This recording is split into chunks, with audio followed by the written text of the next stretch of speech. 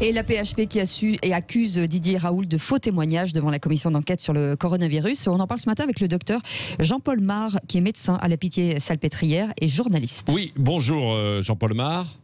Bonjour. Alors bon, ces accusations du professeur Raoult, elles portent notamment, en tout cas, ce qui est reproché par les médecins de la PHP, sur 2 points, et notamment sur des chiffres avancés par Raoult sur la mortalité de 43% en réanimation à la Pitié-Salpêtrière contre 16%, lui dit-il, à Marseille. C'est vrai ça ou pas ? Alors, vous pouvez toujours trouver des chiffres de mortalité qui sont propres à chaque région. Après, les situations des 2 régions étaient complètement différentes. C'est sûr que l'épidémie, elle était dans le nord-est d'abord, dans le nord et à Paris. Elle a été bien sûr un petit peu à Lyon, et puis, non pas un petit peu à Lyon, elle a été aussi à Lyon et elle a été aussi à Marseille. Mais c'est pas du tout la même magnitude de l'épidémie. Donc, quand on fait des comparaisons comme ça, il faut regarder quel type de malade on traite. A priori... Bon, mais du coup, ce n'est pas un mensonge, alors, quand même. C'est pas forcément un mensonge, j'ai pas les chiffres exacts. Ouais. Après, je pense que... Mais on les a ces chiffres ou pas? Est-ce qu'on les a véritablement? J'ai l'impression qu'il y a du flou autour des chiffres. Non, il n'y a aucun flou. Après, les chiffres, on les a pas tout de suite parce qu'on a des systèmes de calcul en France qui sont pas forcément très automatisés comme ailleurs. Souvent, on fait ça un peu à la main. Mais si Raoult veut se comparer à Nogent-le-Rotrou ou à Angoulême, peut-être qu'il aura des chiffres qui seront défavorables. Oui, c'est ça.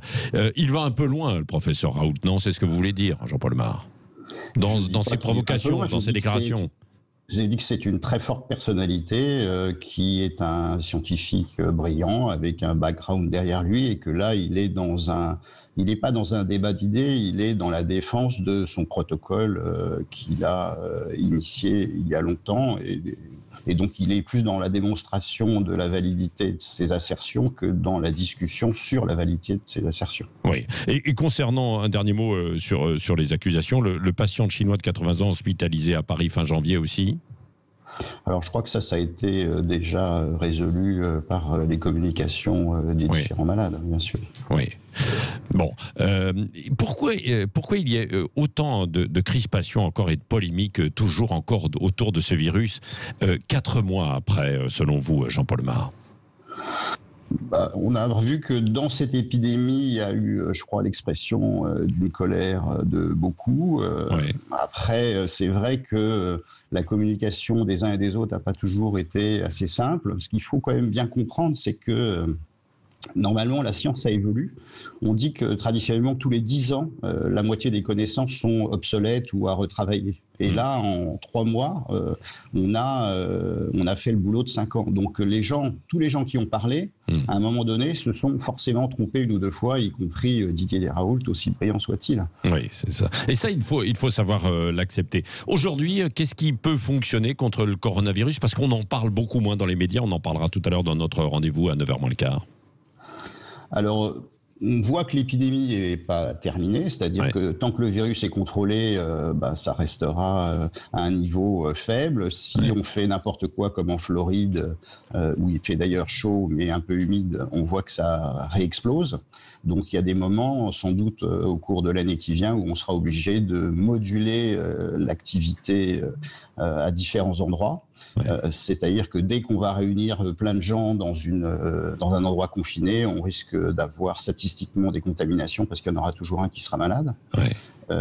Après, si vous voulez, ce qui a changé, c'est qu'on comprend beaucoup mieux la maladie, qui au départ est une maladie infectieuse et respiratoire, mais qui après est une maladie qui franchement s'oriente vers une maladie immunologique. C'est pour ça que ça m'intéresse, parce que je suis rhumatologue, et qui devient immunologique et vasculaire, avec des réactions immunologiques au plan vasculaire.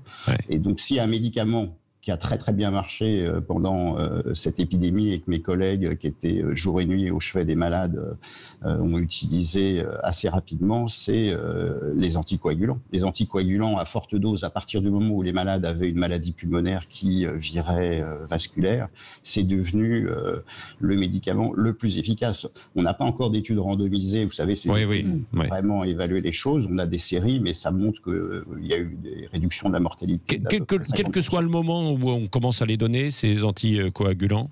Non, ça a été bien décrit. Vous avez d'abord une maladie virale qui s'installe dans le rhinopharynx, c'est-à-dire dans le nez, et puis après, petit à petit, ça descend, si ça évolue mal, dans le poumon. Ouais. À ce moment-là, vous avez un espèce de terrible combat entre le virus et le système immunitaire, et puis à un moment, soit parce que le système immunitaire est déréglé, soit parce qu'il est un peu cassé, ça s'emballe, et on voit le virus qui diffuse partout, y compris sans doute à l'intérieur des cellules des vaisseaux, et qui en plus déclenche des réactions inflammatoires dont on a parlé sous forme d'orage cytokinique. Et à ce moment-là, c'est plusieurs stades de maladie qu'on traite différemment. Il faut des antiviraux au début.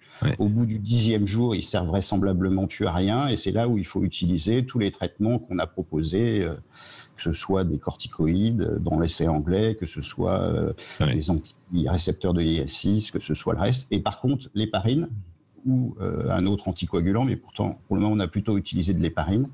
Au départ, quand on est en ville, vraisemblablement, chez certains malades, il faudrait donner des doses anti-agrégantes en prévention. Et dès que les malades sont hospitalisés, il faut donner des doses curatives. Et c'est à partir du moment où on a donné ces doses curatives que la mortalité a beaucoup baissé dans les services. Merci beaucoup pour vos explications très claires. Merci, docteur Jean-Paul Mar, médecin à la Pitié-Salpêtrière et journaliste également. Merci d'être intervenu ce matin sur Sud Radio. Et tout de suite.